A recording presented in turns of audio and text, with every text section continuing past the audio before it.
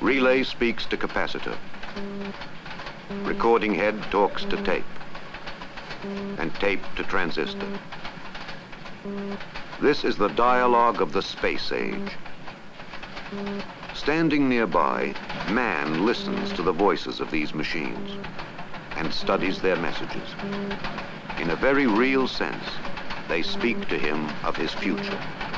For quite soon, as time is reckoned on Earth, these machines will make it possible for man to embark upon what has been called his greatest adventure. They will take him to the moon and to the planets and bring him back again. How and when this feat will be accomplished depend upon incredibly complex systems of propulsion,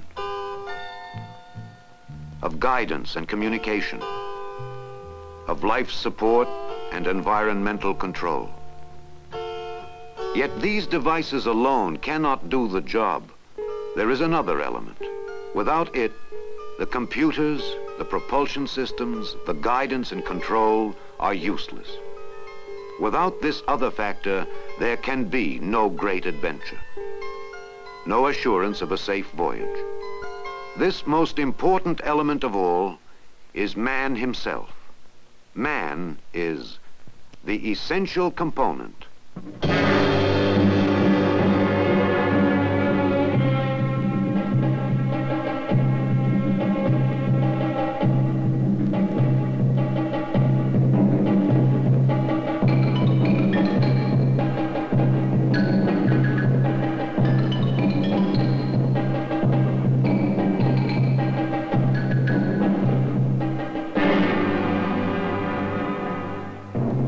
Man, it has been said, is a rather awkward machine, a tangle of complicated emotions, a somewhat limited mechanism. Surely, in this era of sophisticated electronic devices, man could be replaced by something more graceful, with more predictable reactions. If all this is so, what business does man have in space? The question is far from academic. It is very practical, and it deserves a serious answer. I'm often asked just what reason there is for man's going into space. It seems the notion is popular in this age of electronic and mechanical miracles that man is rapidly becoming obsolete. Computers, for example, are much faster, and other instruments are much more sensitive to physical phenomena about us. Man in space, some people say, is a liability and a nuisance. Well, men like Glenn, Carpenter, Cooper, Grissom, and Young proved that this simply isn't true. When equipment in the spacecraft malfunctioned, it was the man in the loop, the astronaut, who saved the day. Equipment can be designed to react to many known and fewer anticipated situations or events. But men can observe and correlate facts and respond to the unexpected. He adds judgment to the spacecraft. He is not merely going along for the ride. Man is the necessary element. He will continue to be an important part of the Man is the necessary element. In other words, the essential component. Essential as an intelligent observer, capable of conscious responsibility to his co-workers. And it is this sense of responsibility, this awareness, that forever separates man from machine. Certainly the machine may do its job well, but it cannot conceive of its relation to any larger purpose. Unlike the machine, the astronaut knows that his training is not an end in itself, but only a step toward his voyage to the moon. He understands that his responsibility transcends any immediate personal consideration, that ultimately he is accountable to and dependent upon the others who are also participating in his great adventure. And what about these others? Who are they? And what part do they play?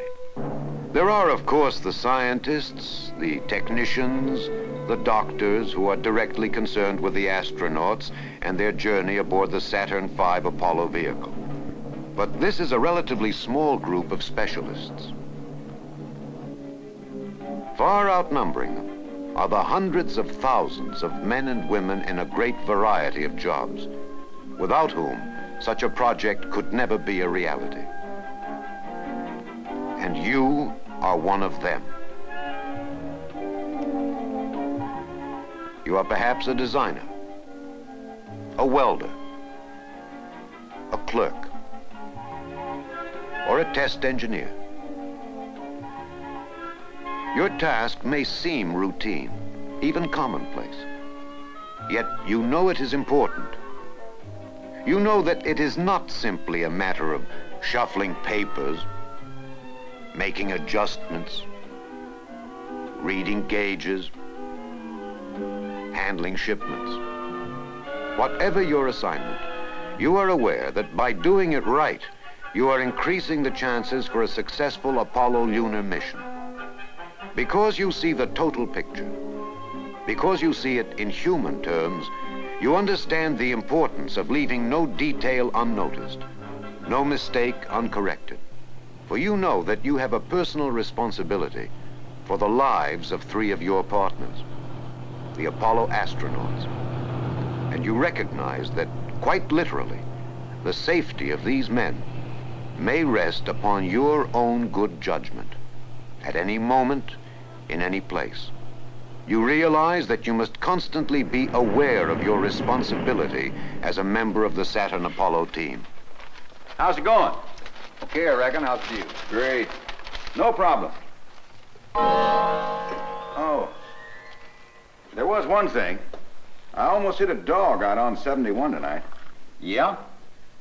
Yeah. Had to stop kind of fast. Shook up those Saturn parts in the truck. Don't think it hurt anything, but you never know. Right. Thanks for telling me. I'll have one of the inspectors take a look at it. A truck driver reports a simple occurrence on a secondary highway. Simple? Yes, but with far-reaching implications. Hidden damage to delicate components must never go undetected. Nor is any detail unimportant when 3 astronauts are betting their lives on the space carrier vehicle you build. George, look at this for a minute. That's not right, is it? 4 mics for that bypass there? It's what it says on the memo, isn't it? Yeah, but there's something wrong. I'd better check with Larry. Maybe you better.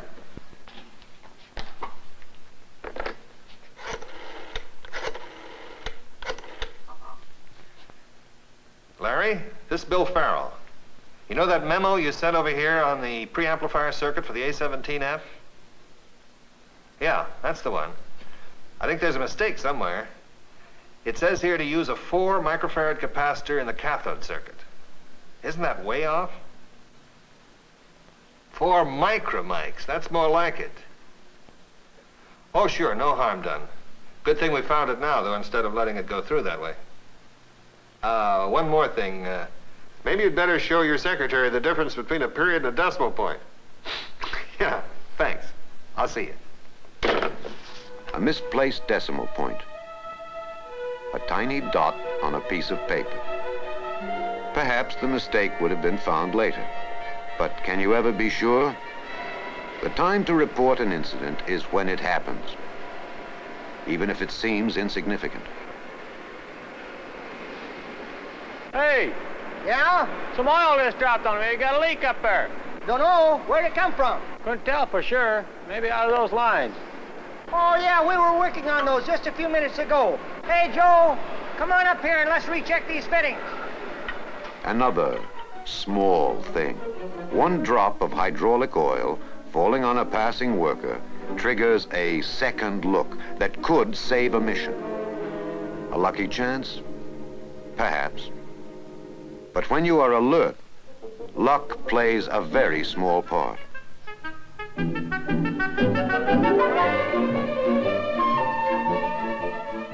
Of course, awareness should be pointed toward the right objective. There is a difference between being aware of something and being distracted by it. And to be effective, this sense of awareness must be universal. It must extend into every level of employment. You'll get a memo on it. That's right. There's a new guide number for the valve design on that part of the servo assembly. The number? Just a minute. Do you remember the new number on that servo valve? No, sir. I haven't typed up the memo yet. John, I think it's V47S. On second thought, I better not guess at it. Would you call me back in about 10 minutes? Right, I'll look it up. Get the transcript on that meeting, please. I want to be sure of that number. Yes, sir. Responsibility. That is the key word. On your understanding of it rests not only the success of the Apollo mission, but also the very lives of men like this one. Along with that sense of responsibility, there is another quality of abiding importance: pride. And it may take many forms. The pride of a child in his hero, whether that hero is an astronaut or a machinist.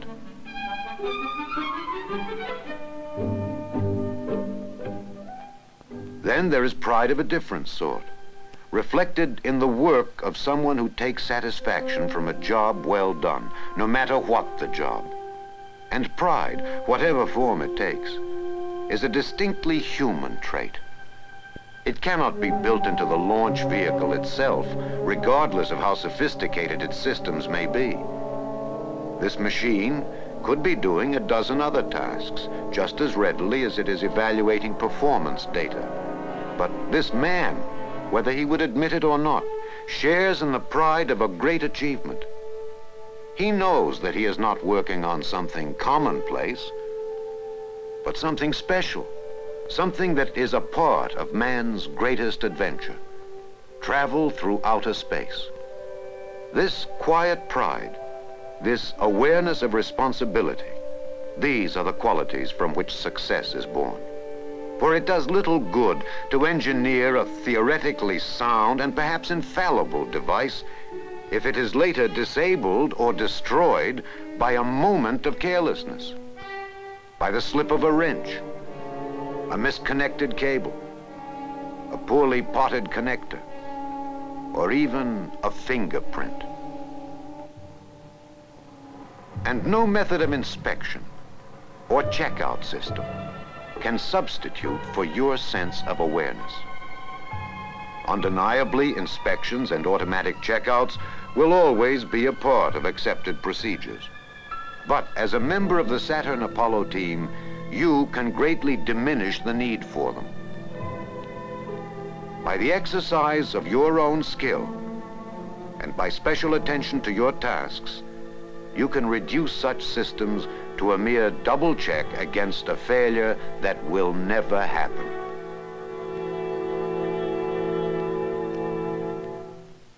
In a short time, astronauts will climb aboard a Saturn-Apollo vehicle to leave the Earth, land on the Moon, and return safely.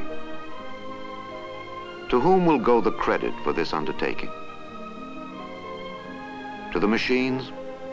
In some measure, yes. For machines will transport and sustain the travelers. But the far greater victory will belong to the human element, to the astronauts themselves, who will face an awesome frontier with courage and dedication. And it will belong equally to you and to the hundreds of thousands of men and women like you all over the country. For in the final analysis, it is your pride of workmanship, your skill, and your awareness of responsibility that combine as the one essential component, without which the voyage can never even begin.